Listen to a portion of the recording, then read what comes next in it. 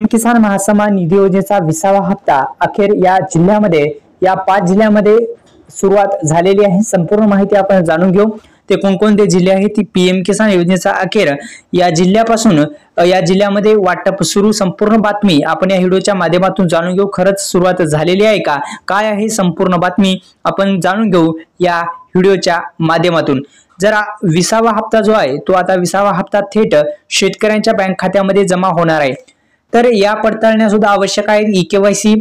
E-KYC सरकारला हे समजण्यास मदत करते की लाभ घेणारे व्यक्ती शेतकरी हे खरे आहेत की नाही आणि बँक खात्याची पडताळणी केल्याने आर्थिक मदत योग्य खात्यात जमा होते। जमिनीच्या नोंदी असतील, तपासणी असतील, शेतकऱ्यांच्या मालकी हक्कांची खातरजमा असतील, जेणेकरून जी फसवणूक किंवा गैरवापर होणार नाही याची दक्षता शेतकऱ्यांनी घेणं फार महत्त्वाचं आहे।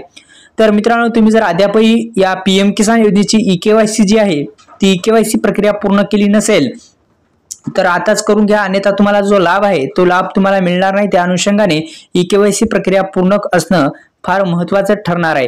तर तुमची जर ई-केवायसी प्रक्रिया जर पूर्ण नसेल तर पूर्ण करून घ्या, अन्यथा तुम्हाला हप्ता वितरण्यास आणि आल्याच्या नंतर तुम्हाला थोडीशी होऊ शकते। त्या अनुषंगाने तुम्ही हे 2-3 कामे पूर्ण करा। सुरुवातीस आपल्याला लँड व्हेरिफिकेशन हा जो पर्याय आहे हा जर नो असेल तर तो यस करून घ्या, जेणेकरून हप्ता तुमच्या खात्यामध्ये येऊन जाईल। दुसरं म्हणजे बँक खात्याशी आधार संलग्न असणे गरजेचं आहे। बँक खाते अद्ययावत करणं फार महत्त्वाचं आहे। त्यासाठी आपल्याला 31 मे पर्यंत मुदतवाढ देण्यात आली आहे। जसे की काही प्रॉब्लेम असेल पीएम किसान योजनेचा तर तुमची दुरुस्त करणं फार महत्त्वाचं आहे।